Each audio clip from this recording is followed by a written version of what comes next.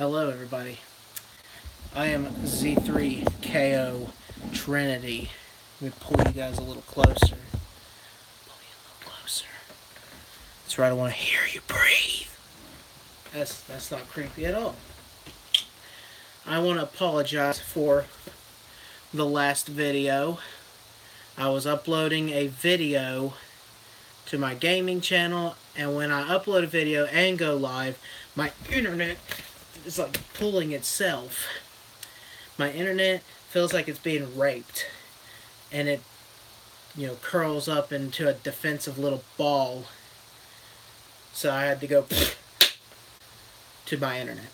So I just wanted to say I am sorry for the last video's quality. I hope that this video's quality is even better. I don't even know what I'm doing. What I wanted to say, since you can't see the quality in that video, boom, there's the Friday the 13th figure I was talking about. Boom, there's the back of the box. Sides. Let me just rip it open. Right there's that beautiful Jason figure. Interchangeable head, all his weapons, including the corkscrew, the machete, his mom's grave. Nice little shot of him right there. And also this Nightmare on Elm Street figure right here is, of course, the Part 2 one. Boom, school bus on the back. I'm hoping that the quality to this video is even better for you guys. And finally, Shazizzle, the figure of Freddy. There's Freddy Krueger, there's two interchangeable heads, the two dogs that have human faces on them, his signature hat, and little claws on the bottom. Can y'all see it? It's the claws right there. Okay. Yeah, I hope that the quality in this video is even better. That way you can see my beautiful face. But enough about that. Let's get right into the Stephen King phenomenon. We're going to start this little Stephen King fest. Awesome figure quality is better. I hope it's really good. Like I said, I'm not downloading anything, so hopefully calms its shit. But we're going to start off with this little book called Gerald's Game. Right off the bat, if you see this in a bookstore, I would think it's really interesting. I mean, you got this nice little bed frame here with handcuffs to the one part, loose on the other. I mean, and it's called Gerald's Game, written in pure blood red writing. Now, if this doesn't grab your attention, if you walked into a bookstore or somewhere and you just happened to glance at this, I'm pretty sure it would grab your attention just by the art. At least it would me. Back of the book is Stephen King's big old face. Can you see him? Can you see him? He's right here. Can you see his face? Alright. I'm going to take my little card out. I haven't used it. I haven't read the book, so. But let's see what this is about, shall we? On a warm weekend in October, Jesse and Gerald Burlingame. Really? So is that what's Gerald's Game? Does that mean his last name? Are alone in the bedroom of their main summer house. Ooh, steamy. Steamy Ray Vaughan. Playing a game that isn't listed in Hoyle's. But suddenly, as Jessie hears the click of the second handcuff locking her to the bedposts and sees her husband looming over her, a nerve snap of recognition tells her that this time Gerald is playing for keeps.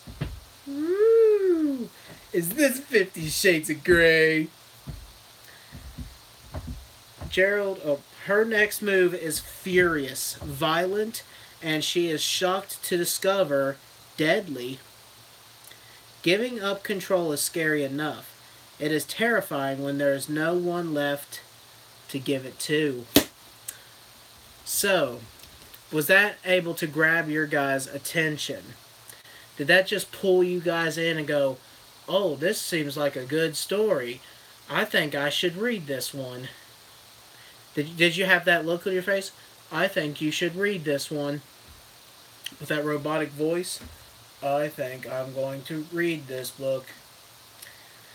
For me, yeah, I think it actually grabs your attention very well. Very well. But if that wasn't enough to satisfy you, and I don't know, some people out there, like to do this. I'm one of the people that like to do this. But I also like to read like the first paragraph of books anyway and see if it grabs my attention. So let's see what it says here.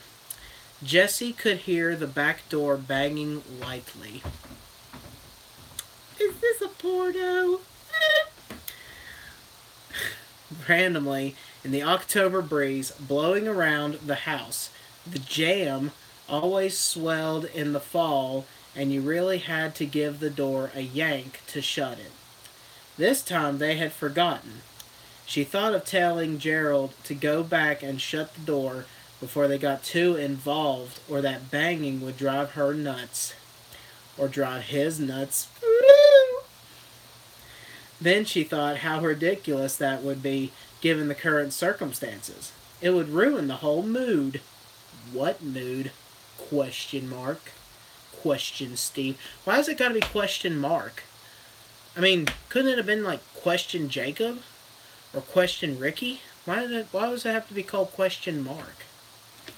Like exclamation point. Even that don't make sense. Was that enough to grab your guys' attention? To me, it sounds like they're getting ready to get it on. But, of course, that's what they're going to do. They're about to get it on. Like it's Donkey Kong. But, I think that it is grabbing. It does kind of pull you in right at the beginning because you're interested to see where this is going to go. And, like I said, if you're not, if you're somebody who was living under a rock, then you don't know who Stephen King is, and you picked it up and you started like that, you'd be like, oh, this sounds like a really good love story. But then, of course, as you go through it, you're like, oh, shit, he dead. So, does Gerald's game, does it do the job, guys? Let me know in the comment section below. Next up, we have this beautiful looking book right here called Dolores Claiborne. Now, Dolores Claiborne. Take a look at the art on this. Picture of a well. I mean, if you don't know that it's a well, that's okay, because it looks like some kind of rock formation into a circle, and just this woman, like, peering down on you, and it has this eclipse over the sun. And I don't know if you have this book, I want you to take a close look at her face, because that does not look like a human face. So, of course, Stephen King, chilling on the back of his book, he's got his knee raised. Damn, knee that raise. He's got his hand up like this. He's all like, yeah, that's right. Oh, he's got his hair spiked all the way up. He's like, yeah, I wrote this book. Screw me. But, was the art enough to capture your guys' attention? Let's find out. Oh, wait. Put my little paper back in the book. I'm a lot more sillier in this video than my other preview videos. I hope that's okay. I hope that's okay. I'm just feeling happy and feeling energetic now. That's because I drank a Monster. Alright, let's see what we got. By her own accident, by her own account, she's an old Yankee bitch.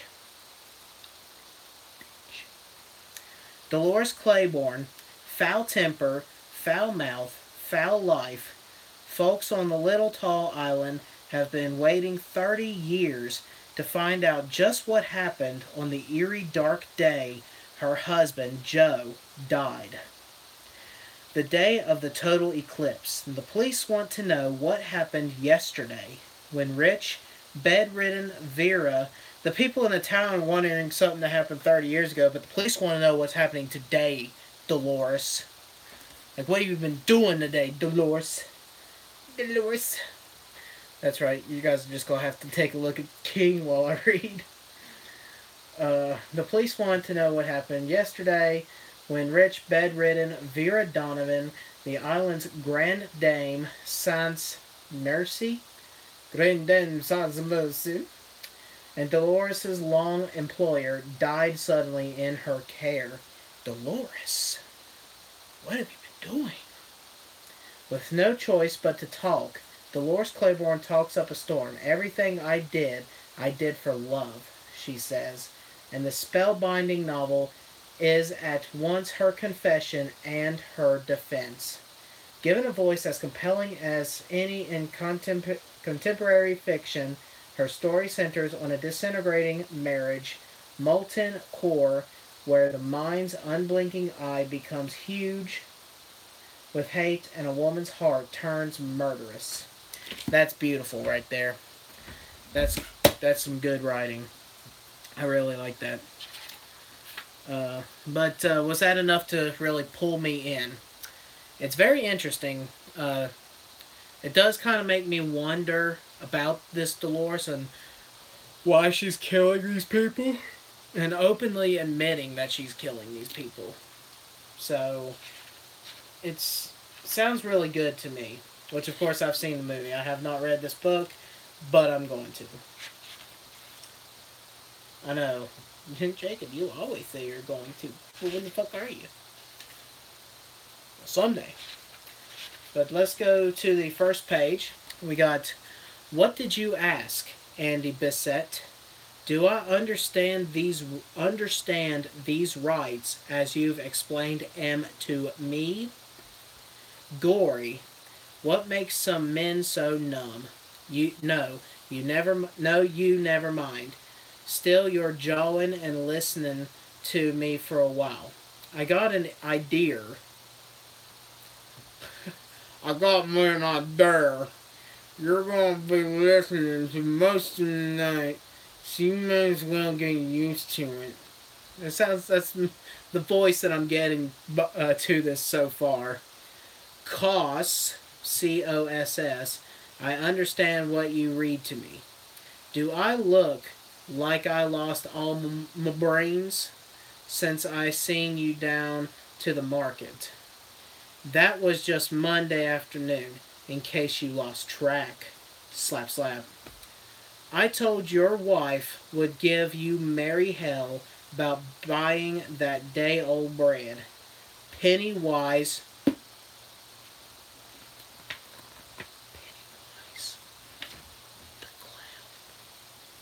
And pound foolish, the old saying is, and I bet I was right, wasn't I?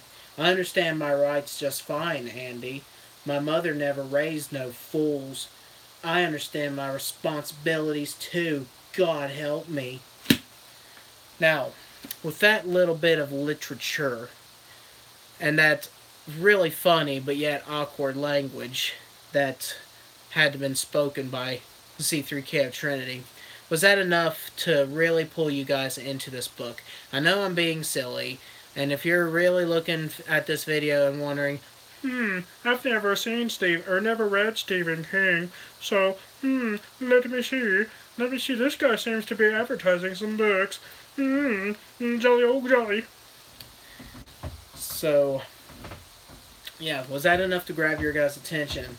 I'm just going to read the very last word of the book. Not the sentence, just the last word. See if this word is enough to draw your attention. Are y'all ready? October. There it was. Let me know in the comment section below, did that book really grab your attention? And just out of curiosity, last word in Gerald's game, fade. Fade October. Ooh, we got a comment.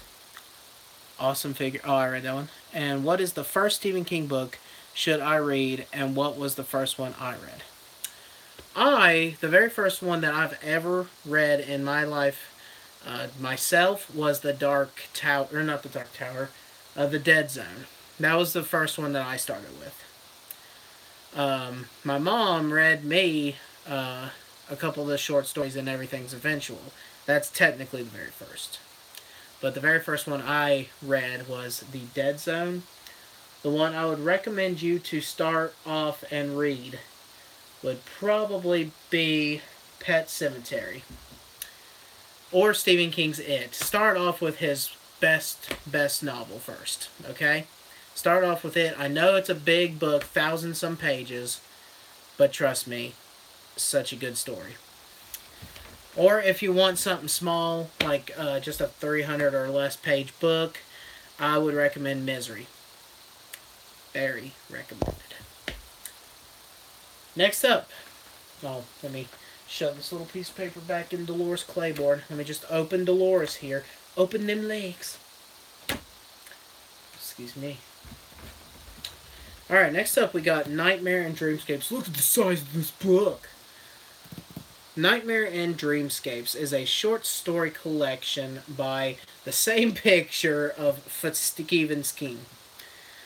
The front is so cool. I like the front cover of this book. We got a nice little, sun going down, moon is up, beautiful night. They got the landscape of these trees really, really perfectly put in place. A nice little road, but in the middle of a road is a damn scarecrow with a teenage shirt that says Castle Rock Rockets. Now, it could be any friendly scarecrow, but honestly, is that really a scarecrow or a human being? But the art really does pop out at me. If I saw this in a bookshelf, sitting on the shelf displayed, I'd be like, let's see what this is about. So I think it would grab my attention. Dolores Claiborne, I think it might draw my attention just by the cool art as well. But we're going to take the paper out. Let's see what it says here. A solitary finger pokes out of a drain.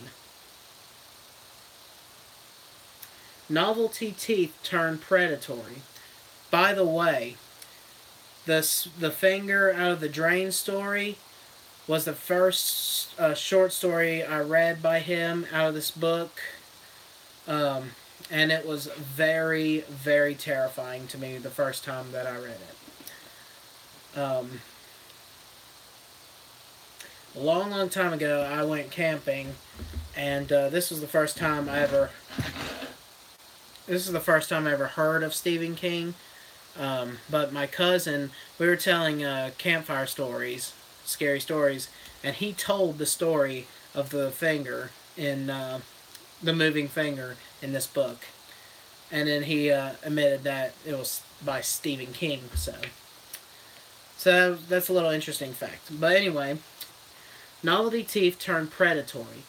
Flies settle and die on an old pair of sneakers in New York. Okay. And the Nevada desert swallows a Cadillac. Meanwhile, the legend of Castle Rock returns and grows on you. What does it all mean? What else could it mean? First there was Night Shift, then Skeleton Crew, and now Stephen King is back with a third collection of stories, a vast many-chambered cave of a volume with passages leading every which way to hell and a few to glory.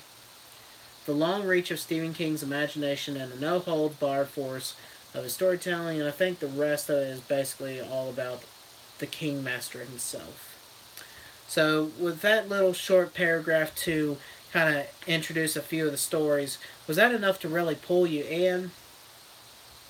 To me, the only one about all of that really kind of caught my attention was the finger pokes out of the drain. Sorry. Novelty teeth turns predatory is kind of, interesting. But flies settle and die on an old pair of sneakers in New York. Sounds just random to me. And then a Nevada desert swallows a Cadillac. It's just kind of like, okay. But I don't think I'm going to go through the entire book and read. Well, I guess I'll read the first sentence of each of like random ones, I guess.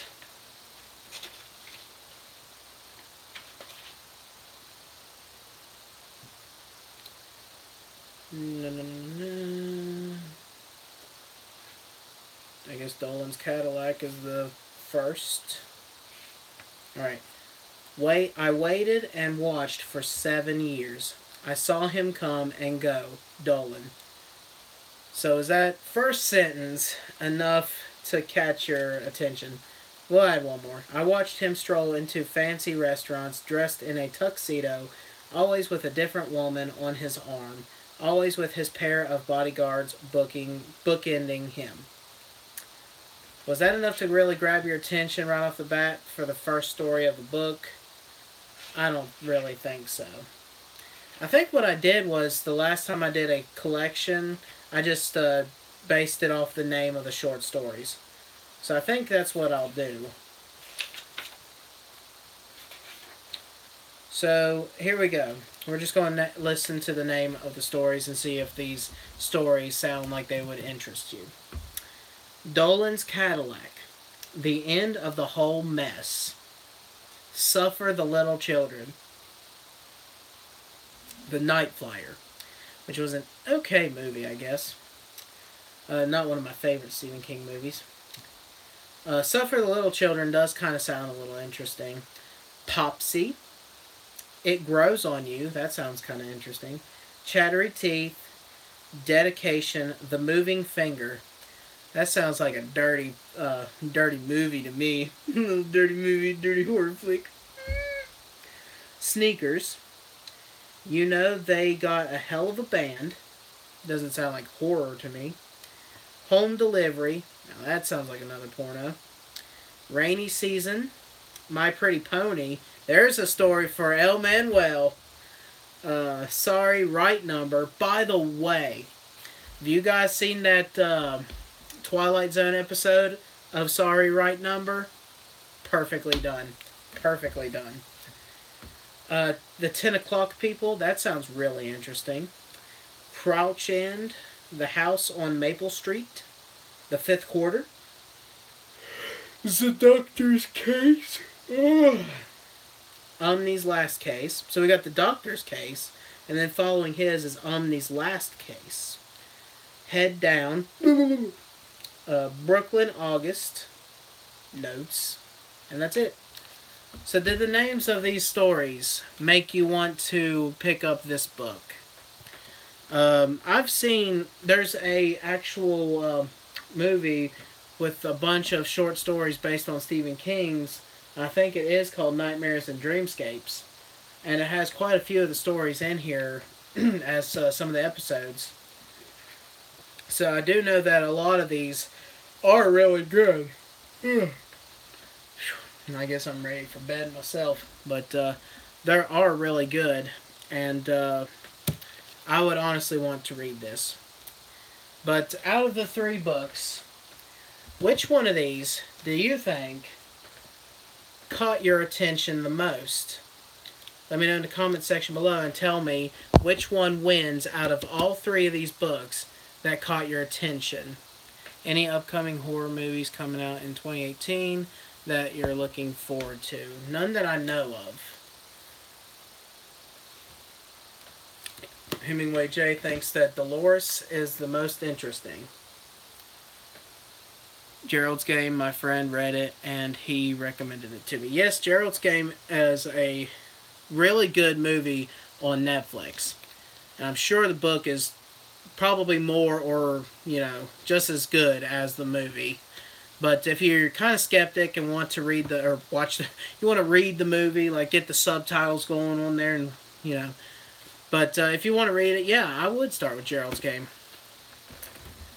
Me personally, out of all 3 books, I found Gerald's Game to be the most interesting, simply because of the whole, sexual kind of thing that they're starting off with. Like, on a warm weekend in October, Jesse and Gerald are alone in the bedroom of their main summer house playing a game that isn't listed in Hoyle's. But suddenly, as Jessie hears the click of the second handcuff locking her to the bedpost and sees her husband looming over her, And then by the time you get down here, right here where it says, giving up control is scary enough. It is terrifying when there is no one left to give it to.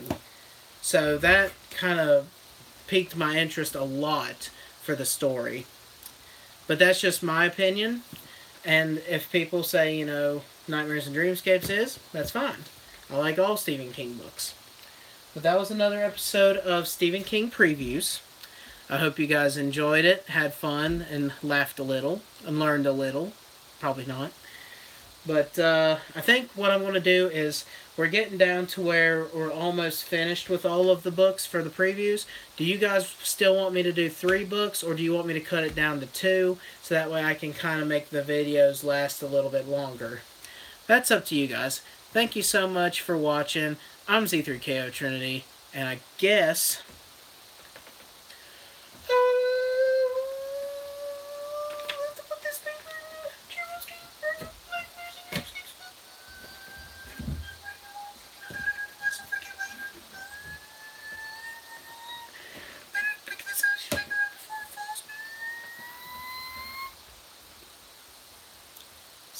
Oh, Alpha Kitty joins in last minute.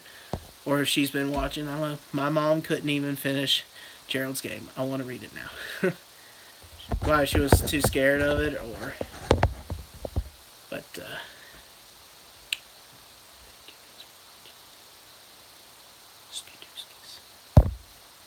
that's what I thought. The video's going to end with me going...